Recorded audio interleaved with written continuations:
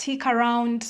I'm gonna make a good playlist, and every time I go to the farm, every time I go to the garden, I'm gonna make sure I film a good video, well planned, with good information. If you wanna consider farming in Uganda, even if you're not Ugandan, by the way, you're welcome. You'll come, I'll show you around. Don't forget to subscribe, follow me on this channel.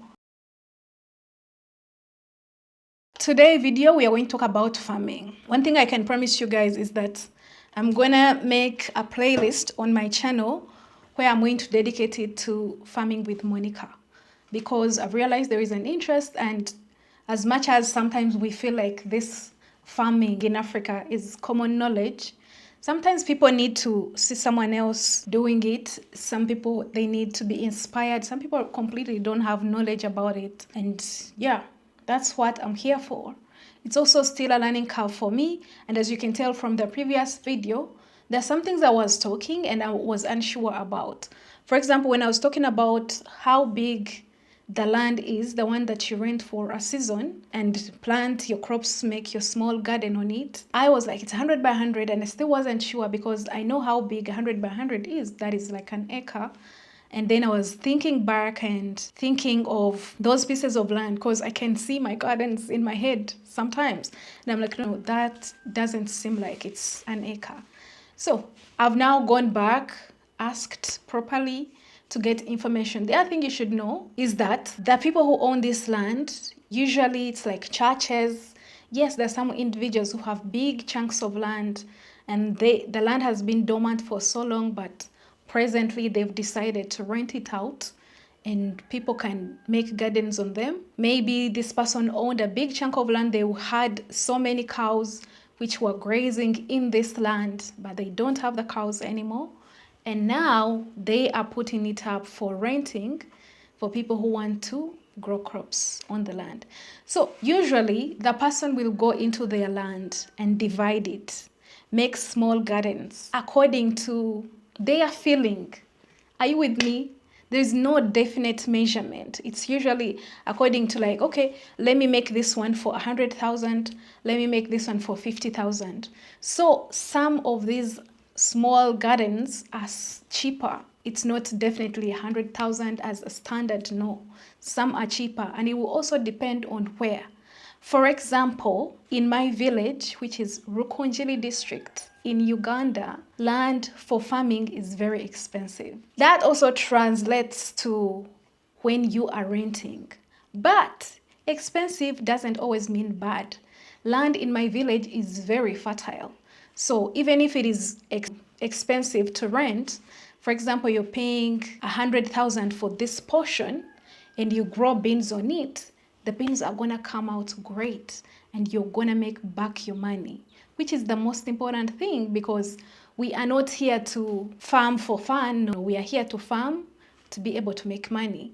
And the other thing is you can do this remotely. So I don't see the obsession on the amount. As long as you have enough money to cater for the amount required, most of the things are gonna be remote as well. It's gonna be renting the land, you pay up someone, tilling the land, you pay up someone. You can plant for yourself. Yeah, I did that. Okay, I plan to do that, but I used to dig. Let me not give another secret. I used to dig, so I know how to dig. If I had to, I can. You can plant for yourself, or you can pay someone to plant for you. Then there is weeding. All those things you can always pay people to do them for you, but make sure you get on the ground or have someone that you trust on the ground. You can send your mom, you can send your sister. Someone needs to go there, because we all know workers, if you don't show up, they're not doing the right thing. So you can, on this land, as much as this person has divided them, you can get several. Give me this, give me that. And like I said, there's different prices. And also sometimes the soil underneath is different. For example, you might find this portion has more stones. Yeah. Yes, there are some crops which actually grow and flourish better where there are stones, like cowpeas. In my village, usually if the soil had a lot of stones, we preferred to put cowpeas, and they always came out great. Then there are G-nuts as well, groundnuts. They also grow well, not best. They can grow well on softer good Rome soil with some beautiful black soil, but they can also survive and grow on a place with stones. Why are these agricultural words not coming out of my mouth? Sand, soil, stones, Rome soil. Anyway, so yeah, it could be having a lot of sand and it's so much cheaper, but like I said, you can decide to put cowpeas on it. You can decide to put some groundnuts on it. The other thing, God, I need to write notes. I'm failing you guys, I'm so sorry. Why do I prefer to get things out of my head?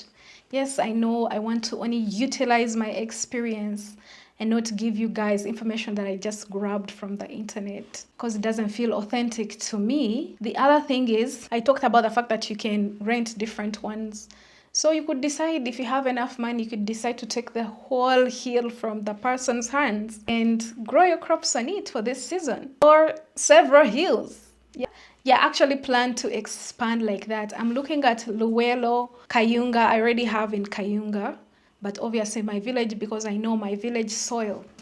I've dug in it for so long, so I know it so well. Yes, the other thing I needed to mention is that some soils you might need to add fertilizer. Not expensive ones, not like the ones manufactured from I don't know where, but like natural fertilizers. For example, you can buy cow dung. You can buy chicken, like poultry deposits. There are so many things that you can buy locally that will be good fertilizer. And some people have a lot of banana peelings that they have composted, and now it's like good manure to add in your farm and grow your crops so that they can come out really good. Yes, so you need to consider that. I also added manure in some of my crops. At first I said you need to add fertilizers, and then I said manure. There is a big difference between manure and fertilizers. I meant to say manure, but if you can afford fertilizers as well, you can always add them. But fertilizers are a little bit expensive, but the more you invest, the higher your returns. It's simple like that. As long as you don't go overboard you don't overpay for anything. For example, fertilizers, if you overpay and they are not going to give the value, so that's a big loss, but it's not to blame who. But I need to cut out all of this. It's like I need to prepare information. I need to sit down and write down notes, because I just come here and sound like a clown. And now I'm forgetting the other thing I need to talk about. And yet the whole time I was driving back home, I was thinking about this. Yes. Remember, you guys, I told you in my previous video that I rented a place for 8 years. That place is 5 acres, first of all, and rented for 8 years. And because it's 8 years, I can do literally anything. I was thinking about poultry, but I'm trying to see non-permanent structures or structures that I can move should the 8 years expire and whoever I rented from decides I don't want to rent out my land anymore, and I can move my structures to another place. But I'm definitely thinking about poultry. So you don't need to buy land to do poultry if that is what you're interested in. I also want to grow pepper on this same land. Pepper is harvested for a full year. That's why I opted for 8 years, because if I were to pay for a season, it would be more expensive because you have to pay for a whole year.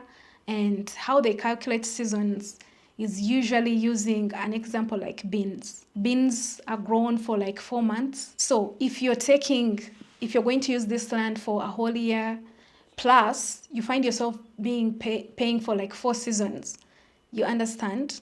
So if you paid for 8 years, you have enough time to stretch yourself. So there are bigger chunks that you can rent as well, bigger hills. There are some places where you can lease for like 50 years. Yes, there's some places you can rent for like 50 years. Of course, they are they're more expensive. Like we all know in Kaba, I don't know if people know this information. Like in Uganda, you can lease land 50 years. You build your home on it. You live in this home for 50 years. And after 50 years, the landlord can choose to lease you again, or you can come to an understanding. They pay you for the value of your house. Oh, I don't know. There are so many agreements that can be made when it comes to land in Uganda. So just utilize the money that you have. I don't know if you guys have questions, specific questions. Like I said, I'm gonna start vlogging, and maybe when I'm on ground and I'm showing you guys, those are beans, that is millet, that is sorghum, I'm gonna explain more. And in terms of business, how much you could make, how much you are going to invest in a specific small garden. I'm doing several right now because I wasn't so sure of the market, so I did this and that to understand the market, not to risk all my investments in one crop. And then if it doesn't turn out great, I have so much regrets and I hate farming instantly. Like for example,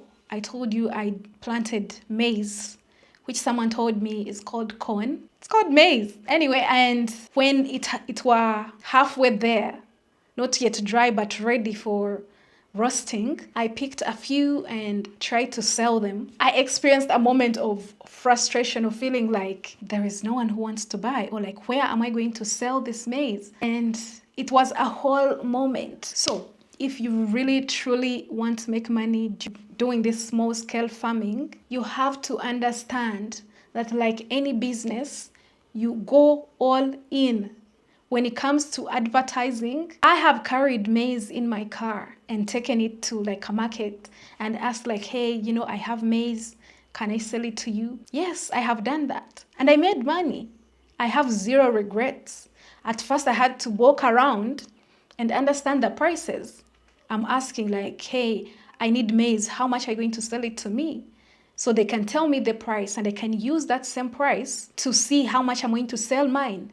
And I was so surprised at how big the return was, because just the cobs that I sold returned back the money that I invested and then a little bit of some. But like I said, I am now harvesting the dry one.